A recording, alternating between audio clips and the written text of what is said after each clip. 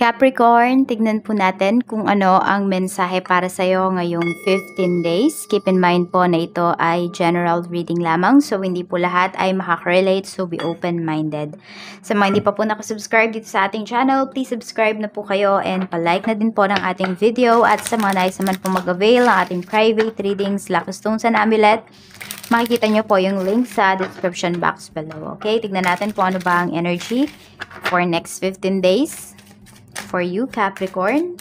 Sulat mo na pala natin yung ano mo, Capricorn. Ayan. Para matandaan ko kung ano na yung mga na-read ko. Meron tayo ditong rebirth. Ayan. So, meron kayong sisimulan or meron kayong tatapusin. Meron kayong, more on tatapusin to. Mukhang let go nyo na to before, tapos babalikan po ninyo. Ayan. Kung ano man itong mga gawain na ito. Or pwedeng magkakaroon kayo ng sigla ulit ngayong 15 days. Babalik yung passion ninyo, yung gana ninyo. Tignan po natin, okay, ano pa yung mensahe. Spirit guide, ano po yung blockages? Ano po ang blockages ni Capricorn? Blockages ni Capricorn.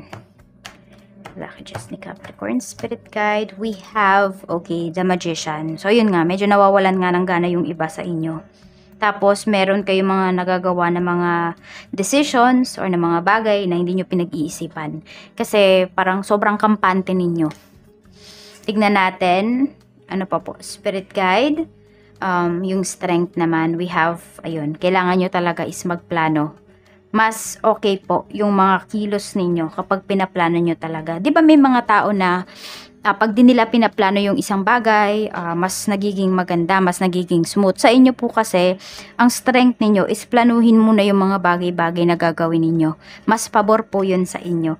Kaya ngayong 15 days na ito, is yun muna yung gawin ninyo. Pag-aralan, pag-isipan, planuhin nyo muna. Ano yung dapat mong i-release? Okay, sobrang pagtatrabaho. Kasi pwede po na yes, kaya kayo nagtatrabaho para sa family ninyo, pero nawawala naman kayo ng time sa family ninyo. Ayan. Tapos ito, may pagka-perfectionist yung karamihan sa inyo, Capricorn. Yan po ay isa sa mga parang need nyo munang maghinay-hinay kayo. Yan yung sinasabi ni Universe. Tingnan natin dapat pag nilay-nilayan. Okay. So ito po, hindi medyo. Yung iba sa inyo is mataas na or marami na kayong mga achievements in life. Yung iba dito, yun nga, nagpapakampante. So, pag nilay-nilayan nyo yan, kung okay na ba yan, kontento na ba kayo? Kasi yung iba po sa inyo, maaring hindi pa kayo kontento, pero nagpapaisi-isi kayo dito. Yan. Sabi nga, di ba, hindi tayo mayaman, kailangan natin kumilos. Parang ganun yung sinasabi sa inyo dito. So, pag-isipan nyo pong mabuti talaga kung ano ba yung mga pagtutuunan ninyo ng pansin. Ano ba yung mga goals ninyo? And, na-achieve mo na ba yung mga goals mo or hindi pa? Check natin pagdating naman po sa work, sa mga naghahanap ng trabaho ngayong 15 days. Napakaganda ng energy. Alam nyo, mukhang meron kayong kailangan balikan dito na pinag-applyan nyo before. Mukhang matatanggap na kayo this time. Ayan o, nakita mo, hindi talaga perfect time nung nag-apply ka dyan. Pero ngayong 15 days na ito, yan, napakaganda po ng energy. Mahahire na kayo. Check natin pagdating sa mga may current to work. We have, ayan, 6 of Pentacles. Ayun, meron na yatang ibibigay sa inyo na bonus. Yan, di ko alam. Basta yan yung pinapakita dito. So, makaka-receive po kayo ng awards. Makaka-receive kayo dito ng bonus, blessings, pagdating sa inyong trabaho. Napakaganda ng energy, actually. Ayan, no, mukhang very good kayong lahat dito. Tapos may galante kayo na boss. Sana all na lang. Tignan natin, pagdating naman sa mga gusto nang mag-resign. King of Cups. Okay, iba sa inyo nadadala lang kayo ng inyong emosyon. Pero, kung napag-isipan nyo na po ito, then, wala naman tayong magagawa. E di gawin nyo na. Basta prepared lang po kayo. Pag hindi, naku, magkakagulo-gulo talaga lahat yan. Baka mahirapan kayo maghanap ng work. Kaya pag-isipan nyo mabuti yan. Pagdating naman po sa mga gustong mag-business, perfect time ba na mag-start ka ngayong 15 days na ito? Nahirapan pa yung iba sa inyo. So, medyo pag-aralan nyo pa po kasi mukhang meron pa kayong kailangan talagang ayusin dito. Yan. May pagka-perfectionist kasi yung iba sa inyo. So, gusto niya talaga smooth lahat. Kaya lang kasi, okay lang naman pala na mag-start kayo dito. Natatakot lang kayo. Yan o. So, labas kayo sa comfort zone niyo. This is the best days para mag-start po kayo ng inyong negosyo. Start nyo na yan. Tingnan natin pagdating naman po sa mga may current business. Ang ganda ng business mo, oh. Magiging happy ka talaga dito. Feeling mo wala ka nang mahihiling pa. Yun yung mafe-feel ninyo ngayong ano na to, ngayong 15 days. Napakaganda, Capricorn. Oo. Matatag yung business mo, tapos kilala na din kasi or nakikilala na kasi yung business ninyo. Tignan natin, maipagmamalaki mo talaga yung business na ito. Para po sa mga nalulugi yung business, dapat mo pa ba itong ituloy? 10 of Swords. Okay. Mukhang madaming hindi nagbabayad sa inyo dito. 7 of Swords. Kailangan nyo ng maningil. At saka ito, kung pagpapatuloy nyo pa yung business na to, please po, wag na kayong magpapautang. Kasi pag nagpautang kayo, ayan, malalamangan na naman kayo. So, kailangan mo dito, kung itutuloy mo pa to, actually, yung iba sa inyo, nahihirapan na talaga. Kayo din yun nang alam kung saan kayo kukuha ng puhunan. Okay? So, kung ito ay itutuloy ninyo, ang gawin nyo po, wag na kayong magpapautang. Kasi hindi umiikot yung puhunan. Natutulog. Natutulog yung puhunan nyo. So, yun. Pwede nyo namang hindi ituloy kasi kung nahihirapan na talaga kayo at baon na yung iba sa inyo sa utang. So, tingnan natin pagdating naman po sa family relatives. Okay? So, ayan, mukhang may uuwi na relatives mo ngayong, ano na to, ngayong 15 days na ito. Tingnan natin. Okay, mukhang merong relatives or family members na gustong makipag-usap sa'yo. Nilulook forward niya na makausap ka.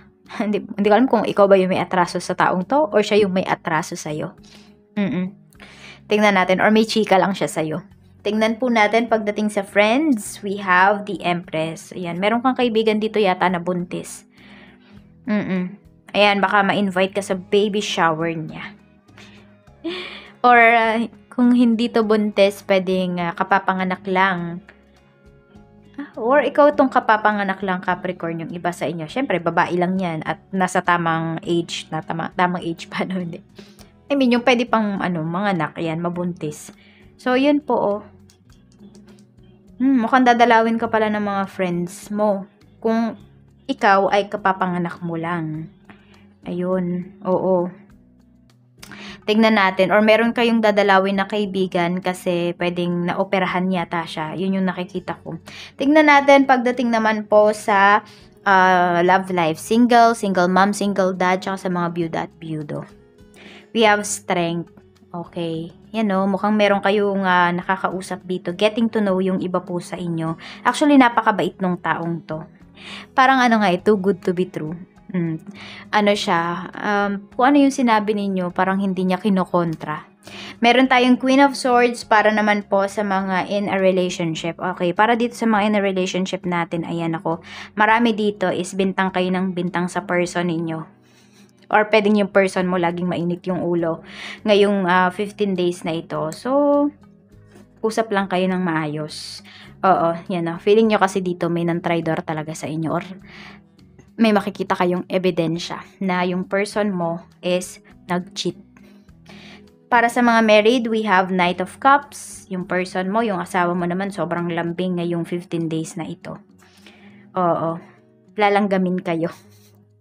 Meron pa siyang pabulaklak, pa-chocolate, or ice cream, donuts, basta lahat ng sweets, ganyan. Mukhang dadalhan ka niya, uuwian ka niya. True. Napakatamis. Siguro yung iba po ay pwedeng, renewals of vow, ganyan. O basta babalik yung spark dito sa relasyon ninyo, dito sa marriage ninyo. Tingnan natin ano ba yung blessings. Spirit guide, blessing po natin. Okay, ito na. A blessing on your boundaries. Pero nalaglag lang yan. Kuha tayo ng isa pa. A blessing on your health. Ayan. So, di ba meron tayong nakita dito pwedeng inoperahan. So, makaka-recover naman yung iba sa inyo. Ayan po. So, blessing on your boundaries. Kasi nga ito, meron dito paulit-ulit na lang kayong niloloko sa mga clients nyo man yan, sa love life ninyo. So, mag-set na daw kayo ng boundaries. Alagaan nyo yung mental health ninyo. Hindi lang yung physical health, kundi pati po mental health. Alagaan. 33 and 9, yan po yung inyong lucky numbers. Maraming salamat Capricorn and see you again on my next video.